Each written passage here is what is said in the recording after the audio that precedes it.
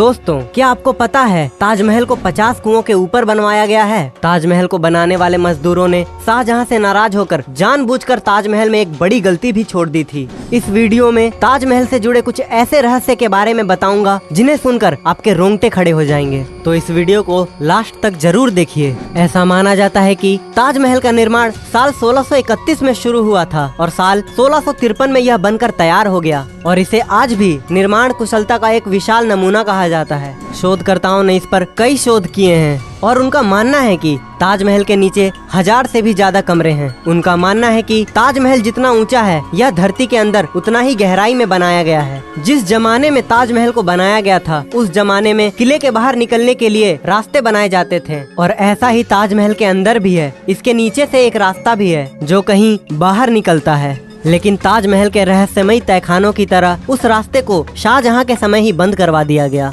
आपको यह जानकर जरूर हैरानी होगी कि ताजमहल का रंग भी बदलता है। दिन के अलग अलग पहर के हिसाब से ताजमहल भी अपना रंग बदलता है। सुबह देखने पर ताज गुलाबी दिखता है, शाम को सफेद दिखता है और चांदनी रात में सुनहरा दिखता है। ऐसा सफेद मार्बल पर सूरज और चांद की रोशनी पड़ने के कारण होता है। ऐसा कहा जाता है कि ताजमहल के निर्माण के वक्त भूत और जिन्न इसकी नींव नहीं रखने देते थे। वे बार बार इसे ध्वस्त कर देते थे और कारीगरों को डराकर भगा देते थे। ऐसे में शाहजहां ने भूत और जिन्न को वहां से भगाने के लिए हिम्मामू की राय ली। हिम्मामू ने शाहजहां को अरब के बुखारा सर के पीर हरजत अहमद बुखारी को बुलाने का सुझाव दिया था। तब बादशाह के बुलाने पर पीर अपने चारों भाइयों और सैकड़ों सहायकों के साथ आगरा आए। चारों पीर बंधुओं ने आगरा के ताजमहल के नींव परिसर में पहुंचकर कुरान के कलमे पढ़े थे।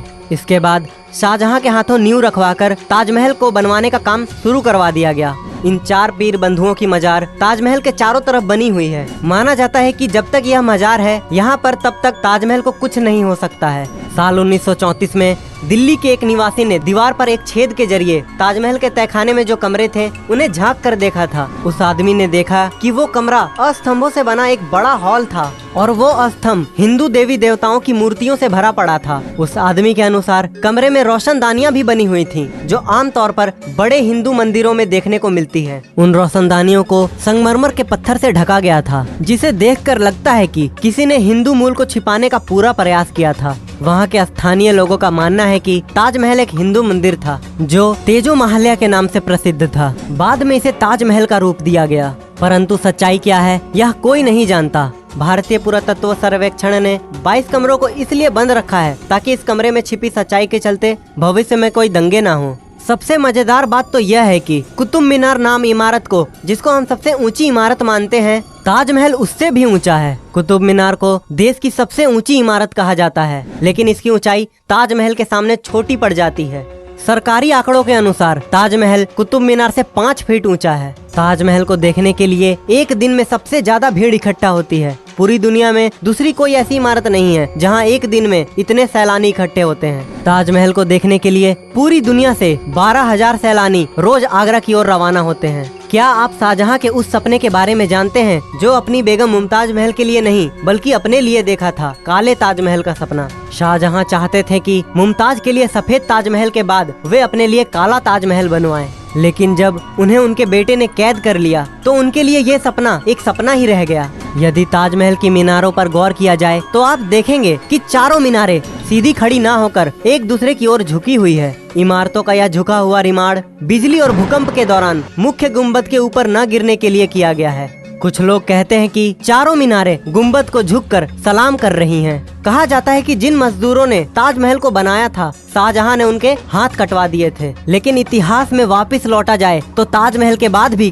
कई इमारतों को बनवाने में उन लोगों ने अपना योगदान दिया था जिन्होंने ताजमहल बनवाया था। उस्ताद अहमद लाहौरी उस पल का हिस्सा थे जिन्होंने ताजमहल जैसी भव्य इमारत का निर्माण किया था। उस्ताद अहमद लाहौरी की देखरेख में ही ताजमहल का निर्माण शुरू हुआ था। कहा जाता है कि ताजमहल शाहजहां ने नहीं बल्कि समुद्रगुप्त ने बनवाया था। जिस जगह पर हम आज की तारीख में ताजमहल जैसी भव्य इमारत को देखते हैं वहाँ पहले शिव मंदिर था जिसका नाम तेजो महाल्या था और उसकी छत पर टपकने वाली पानी शिव जी के शिवलिंग पर बूंद बूंद कर टपकता था। इसके पीछे की कहानी यह भी है कि जब शाहजहां ने सभी मजदूरों के हाथ काट दिए जाने की घोषणा की थी ताकि वो कोई भी ऐसी इमारत न बना दे, तो मजदूर ने छत पर एक छेद छोड़ दिया था ताकि शाहजहां का सपना पूरा न हो सके। ताजमहल के कैंपस में लगे हुए सारे फव्वारे एक साथ ही काम करते हैं और सबसे आश्चर्य करने वाली बात यह है कि ताजमहल में लगा हुआ कोई भी फव्वारा पाइप से जुड़ा हुआ नहीं है, बल्कि हर फव्वारे के नीचे तांबे का टैंक बना हुआ है जो एक ही समय पर भरता है और दबाव बनने पर एक ही साथ काम करता है।